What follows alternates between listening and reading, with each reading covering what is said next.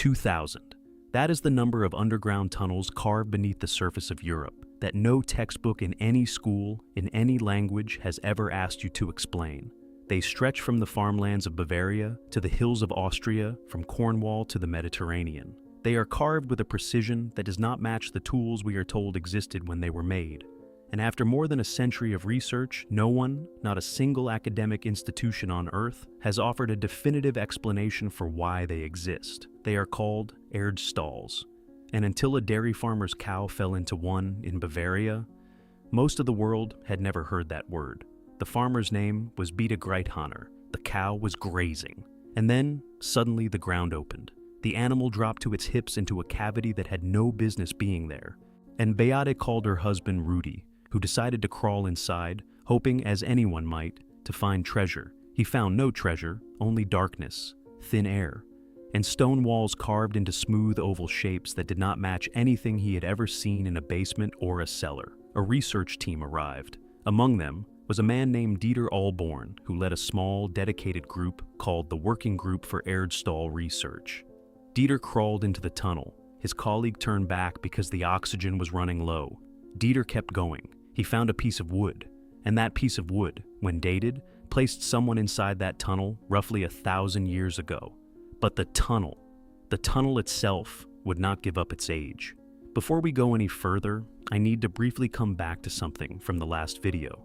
In that episode, I looked at a newspaper article from 1909, a front-page story in the Arizona Gazette, describing an underground structure sealed by institutional hands and never acknowledged again.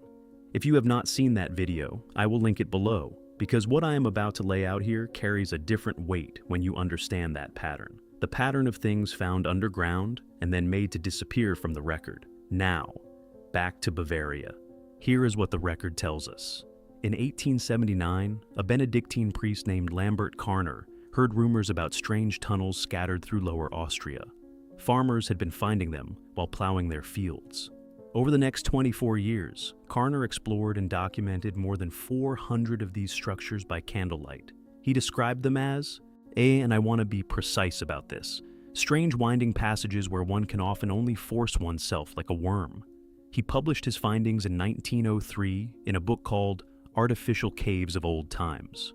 That was over 120 years ago, and we are still no closer to understanding why they were built.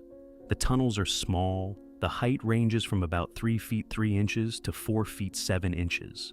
The maximum width is roughly 24 inches. And they feature something called a schlupf, a slip passage about 16 inches in diameter that connects one level to another. You have to crawl through it. You have to compress your shoulders. You have to move like you are being born again in reverse, through stone. And here is the detail that I keep coming back to. There is only one entrance, no second exit. No escape route. Whatever these were built for, escape was not the purpose. As of today, over 2,000 of these tunnel systems have been cataloged across Europe, 700 in Bavaria alone, 500 more in Austria, others in France, the Czech Republic, Slovakia, Spain, and the United Kingdom. Almost all of them are found near old churches, cemeteries, or ancient farmsteads. The first written mention of the word Erdstall appears in tax records from a town called Aspern in Austria, dated 1449. I want you to hold that geography in your mind, because we are going to need it. The conventional dating of Erdstalls places them in the medieval period. Radiocarbon analysis of charcoal found inside the tunnels at sites like Bad Zell and Hochulmühl in Austria produced dates between 950 and 1268, a common era. The academic consensus, to the extent there is one, says they were built sometime between the 10th and 13th centuries. That is what the textbooks say, if the textbooks mention them at all. But there is a problem with that. The charcoal tells us when someone was inside the tunnel. It does not tell us when the tunnel was carved. That is not the same thing, not at all. And a German archaeologist named Heinrich Kusch, affiliated with Karl Franzens University in Graz, Austria, published a book in 2009 that made exactly this argument. The title translates to Gates to the Underworld, the secret of the underground passages from ancient times. Kusch believes the tunnels are significantly older than the medieval period. His estimate is roughly 5,000 years, Neolithic, I am not making that as a claim. I am presenting it as a tension in the evidence, because the dating methods used so far only date what was left behind inside the tunnels, not the tunnels themselves. And Kush pointed out something that bothered me for weeks after I read it. Many of these tunnel entrances were sealed, not by nature, by churches. Chapels were built directly on top of them. According to Kush, this was a deliberate act to close access to a pre-Christian underground world. If the accounts are accurate, someone wanted these passages forgotten. I'd be curious to know if any of you have come across regional folklore about sealed tunnels in your own countries, because the pattern is wider than Germany and Austria. Stay with the timeline, because the Erdstalls are not alone.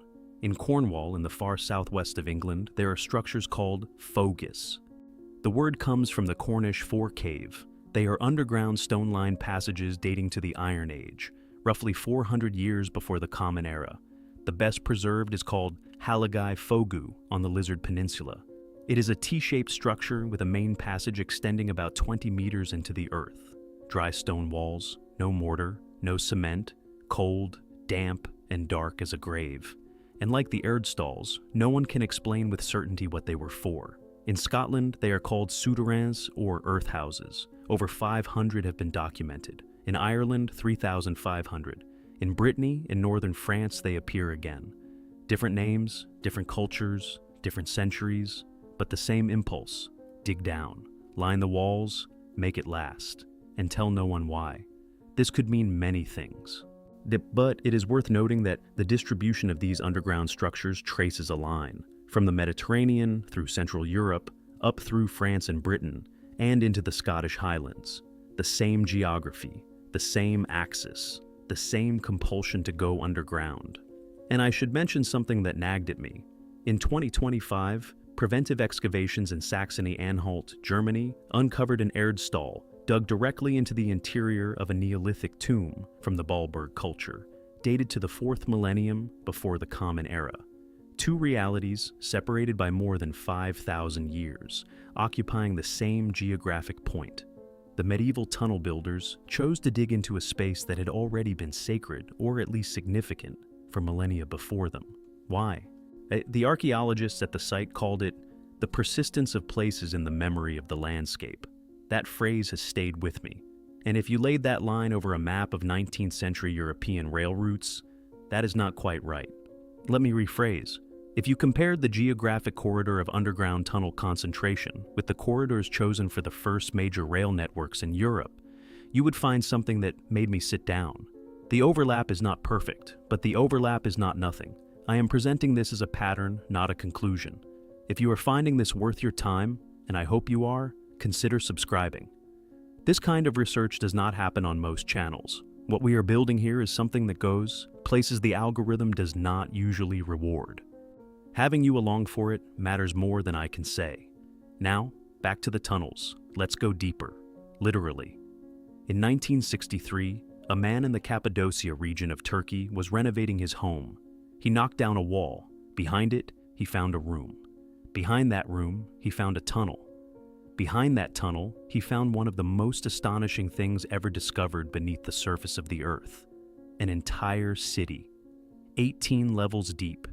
85 meters below the surface, capable of sheltering 20,000 people with their livestock, their food, their water, and their faith. The city is called Derinkuyu.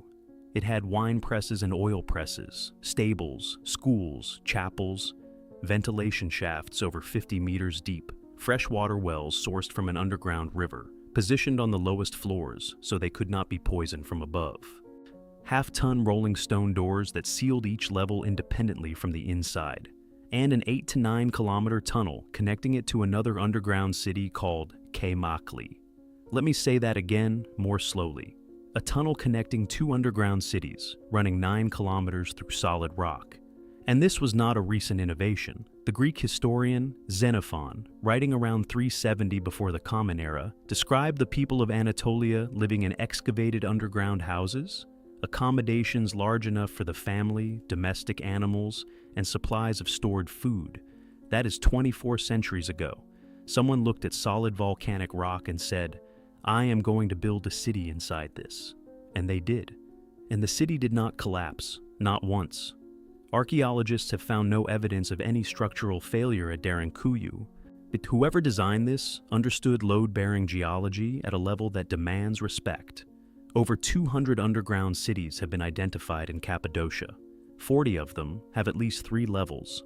The earliest archaeological record at Derinkuyu goes back to the Phrygians, around the 8th to 7th century before the Common Era. The city was expanded during the Byzantine period and continued to be used as late as the early 20th century. In 1909, a Cambridge linguist named Richard McGillivray Dawkins documented Cappadocian Greek villagers retreating underground to escape persecution, the same year as the Arizona Gazette article. 1909. I do not know what that timing means, but I cannot stop noticing it.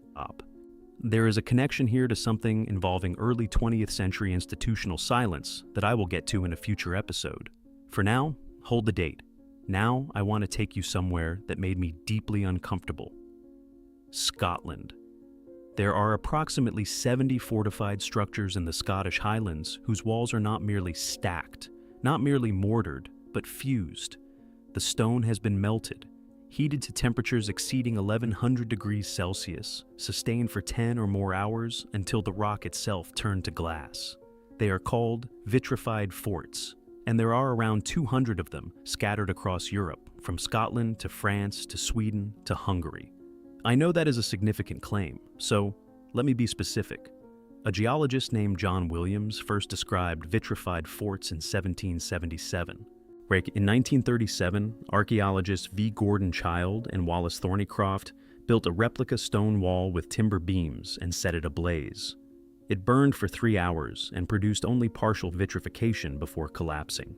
A study published in the Journal of Archaeological Science found that achieving full vitrification would require sustained reducing conditions, fires burning for days, at temperatures comparable to volcanic events. And a team from Ludwig Maximilian University of Munich confirmed that the process was deliberate and carefully controlled. If this feels like too much, I understand, but stay with me. The official explanation for how Iron Age people achieved industrial-scale temperatures sustained for days across entire wall perimeters does not exist. Writer Arthur C.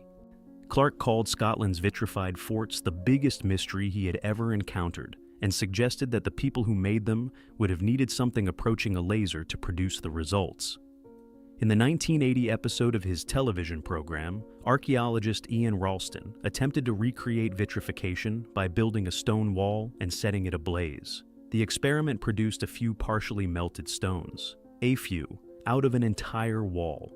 Meanwhile, at sites like Tapa Nowth in Aberdeenshire, the vitrification extends along the entire circumference of the fortification. Something does not add up, and that gap between what we can reproduce and what we find in the field is not small. It is a chasm. I want to be clear that I am presenting this as a question, not a conclusion, but the question has weight. We have thousands of tunnels beneath Europe with no explanation. We have underground cities engineered to sustain tens of thousands of people for months. And we have stone walls melted into glass by a process that modern experiments have struggled to reproduce. What if the people who built these things were not using the tools we have imagined for them? Here is where it breaks down. And I mean the narrative, not the evidence. The evidence holds. What breaks is the silence around it. The Working Group for Erdstall Research has been meeting annually for decades, sharing findings, developing three-dimensional surveys, proposing hypotheses. At their 2014 meeting, one suggestion offered was that the tunnels were simply ill-conceived dwellings that were abandoned once their flaws became apparent. That is the best guess from specialists who have studied these structures for their entire careers. Poorly designed houses, built by the thousands, across a continent. Maybe that explanation is sufficient. But the timing is worth examining, because these tunnels were not built in isolation. They were built during periods when, according to the standard timeline, people were also constructing cathedrals, forging iron, navigating oceans.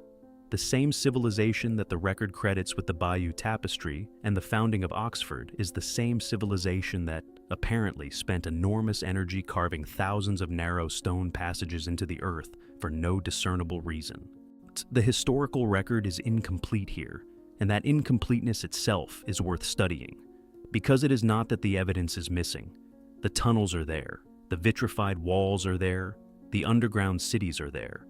What is missing is the curiosity. What is missing is the institutional will to connect things that sit in separate academic departments and ask whether they belong together. If we accept, provisionally, carefully, with all appropriate skepticism, that these structures are older than the conventional timeline suggests, then the question is no longer just who built them. The question becomes who decided they should be forgotten, and whether the infrastructure that came after, the roads, the rail lines, the cities built above ground, was truly the first, or merely the most recent.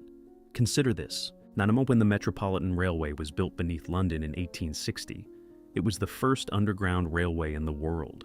Construction began in March of that year, using the cut-and-cover method, digging trenches directly beneath the roads. They broke through hundreds of sewers, cables, and water pipes. Reports from the period describe an interminable tangle of timber and complications caused by the necessity to remove or to reroute infrastructure that was already down there. The line opened on January 10, 1863. 38,000 people rode it on the first day. A revolution. But here is the thing that keeps whispering to me. The route they chose ran beneath existing main roads. They dug where roads already were. And those roads followed paths that had been paths for centuries before they were paved. And before they were paths, they were what exactly? The documentation is thin, the record goes quiet, and the deeper you dig in London, the older the things you find. I am not making a claim, I am making a shape. The shape says that human beings have been going underground in Europe for a very, very long time, and the institutions that built the modern world may have followed lines that were drawn long before them. I could be wrong, but the pattern is hard to ignore. Either the tunnels are coincidence, unrelated structures built by unrelated people for unrelated reasons across identical geographies, or they are inheritance, something passed down and built upon and eventually paved over. I know which way I lean, but I want to hear where you land. What do you think they were doing down there? I am asking sincerely. Because the architecture problem, and I do mean the engineering specifically, that alone requires an entire video, and it is coming. If this series is worth something to you, I would like to know what connections you are seeing that I might have missed. The comments on this channel have become a research thread in their own right. If you know something about the tunnels in your region, that is where this investigation actually grows. The next video goes somewhere I was not ready to go the first time I found it. I think I am now. See you there.